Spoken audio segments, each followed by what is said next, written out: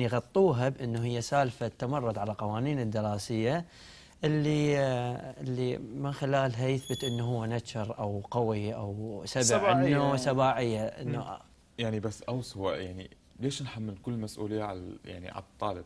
زين اكو مراقبين، يعني هو انت المراقب ممكن يسهلك عمليه الغش، وهي موجوده جدا طبعا على اختلاف انواعهم وعلى اختلاف شخصياتهم.